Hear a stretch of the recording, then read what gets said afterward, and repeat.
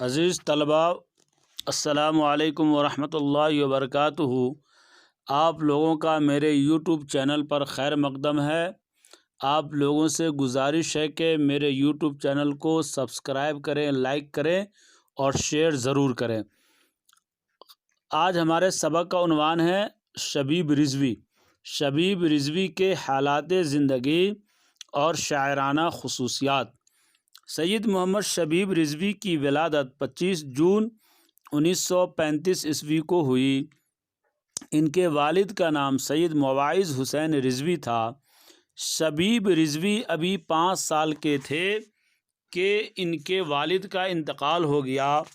ان کی پرورش اور تعلیم کا بیڑا ان کی والدہ نے اٹھایا اور خود ہی گھر پر بیٹے کو تعلیم دی۔ عربی اور فارسی میں فاضل تفسیر، کامل اور صدر الافاضل کی اسناد حاصل کی۔ لکھنؤ کے طبیہ کالج سے FMBS طب کی ڈگری حاصل کی۔ اس کے علاوہ اردو میں ماہر ادب اور ہندی میں پرویش کے امتحان پاس کیے۔ شبیب رضوی نومبر 1963 عیسوی میں گورنمنٹ طبیہ کالج سری نگر میں تعینات ہوئے۔ تقریباً 30 برسوں تک اپنی خدمات انجام دینے کے بعد 1993 عیسوی میں آپ میڈیکل آفیسر کے منصب تک پہنچ کر ملازمت سے سبکدوش ہوئے۔ شبیب رضوی نے بیشتر اصناف میں طبع آزمائی کی۔ غزلیں، نظمیں، مرثیے، سلام، منقبت، نعت کے علاوہ قطعات اور رباعیات بھی لکھیں۔ نثر نگاری کی حیثیت سے بھی شبیب رضوی کا ایک اہم مقام ہے۔ وہ انشائیے اور مقالے لکھنے میں خاصی دسترس رکھتے ہیں۔ ان کی نثر عام طور پر سادہ اور سلیس ہوتی ہے۔ ان کے لہجے میں سنجیدگی اور سادگی پائی جاتی ہے۔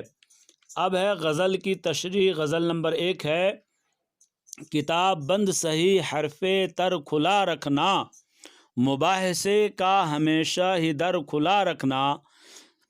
اس شعر میں شاعر فرماتے ہیں کہ کتاب بند بھی ہو تو آپس میں بحث و مباحثہ کو جاری رکھنا چاہیے، یعنی رشتے ختم ہونے کے باوجود آپسی بات چیت کے سلسلے کو بند نہیں کرنا چاہیے، بلکہ بات چیت کے دروازے کو ہمیشہ کھلا رکھنا چاہیے۔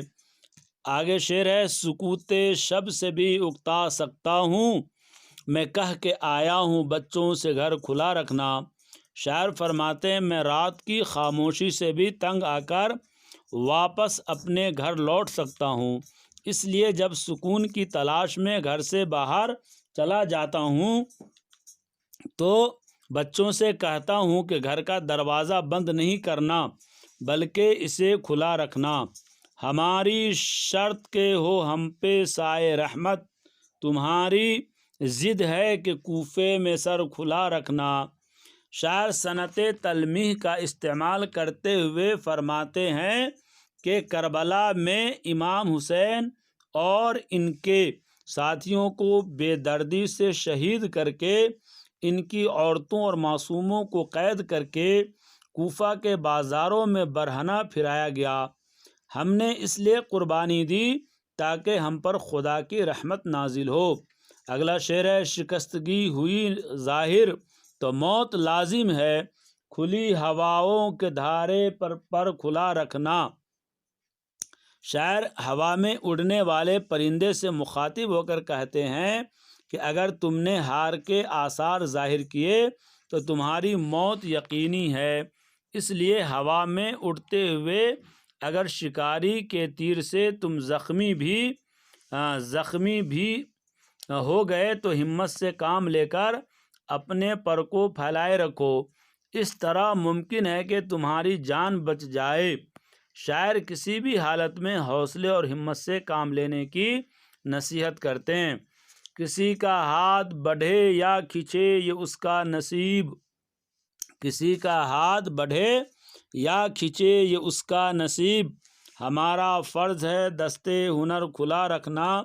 شاعر فرماتے ہیں کہ ہم جو کچھ جانتے ہیں ہمیں وہ اوروں تک پہنچانے کی کوشش کرنی چاہیے۔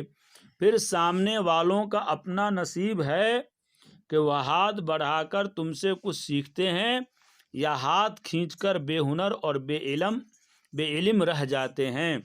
دوسری غزل ہے، کتنی بھوکی ہے کتنی پیاسی ہے زندگی دستے کربلا سی ہے۔ شاعر فرماتے ہیں کہ زندگی کربلا کے ریگزار کی طرح ہو گئی ہے، اس کی بھوک اور پیاس کبھی ختم نہیں ہوتی اور ہمیشہ کسی نہ کسی کمی کا احساس ہوتا رہتا ہے۔ سب گئے شمع دل جلائے ہوئے، خیمہ خیمہ بہت اداسی ہے۔ شاعر فرماتے ہیں کہ میدان کربلا میں حضرت امام حسین علیہ السلام اور ان کے ساتھیوں نے حقی شمع کو روشن کرنے کے لیے اپنے تازہ لہو کو پیش کیا۔ ہر گھر سے کوئی نہ کوئی شہید ہوا، اس لیے ہر گھر میں اداسی اور غم کا ماحول چھایا ہوا تھا۔ اس نے کتنی لطیف بات کہی، خود شناسی خدا شناسی ہے۔ شاعر فرماتے ہیں کسی نے کتنی خوبصورت بات کہی ہے کہ خود شناسی خدا شناسی ہے، یعنی جس نے خود کو پہچانا اس نے خدا کو پہچانا۔ پھیل جائے تو ایک کتاب بنے، بات کہنے میں جو ذرا سی ہے۔ شاعر فرماتے ہیں بظاہر جو بات معمولی اور چھوٹی نظر آتی ہے، اگر اس کی تشریح کی جائے تو وہ ایک کتاب کی صورت اختیار کر سکتی ہے۔ زندگی خودکشی نہ کر لے کہیں، ہر تمنا خفا خفا سی ہے۔ شاعر فرماتے ہیں کہ زندگی کا وجود تمناؤں اور خواہشات سے قائم ہے۔ میرے دل میں اب کوئی آرزو اور کوئی تمنا باقی نہیں ہے، اس لیے ممکن ہے کہ میری زندگی خودکشی کر کے اپنا خاتمہ نہ کر دے۔ آپ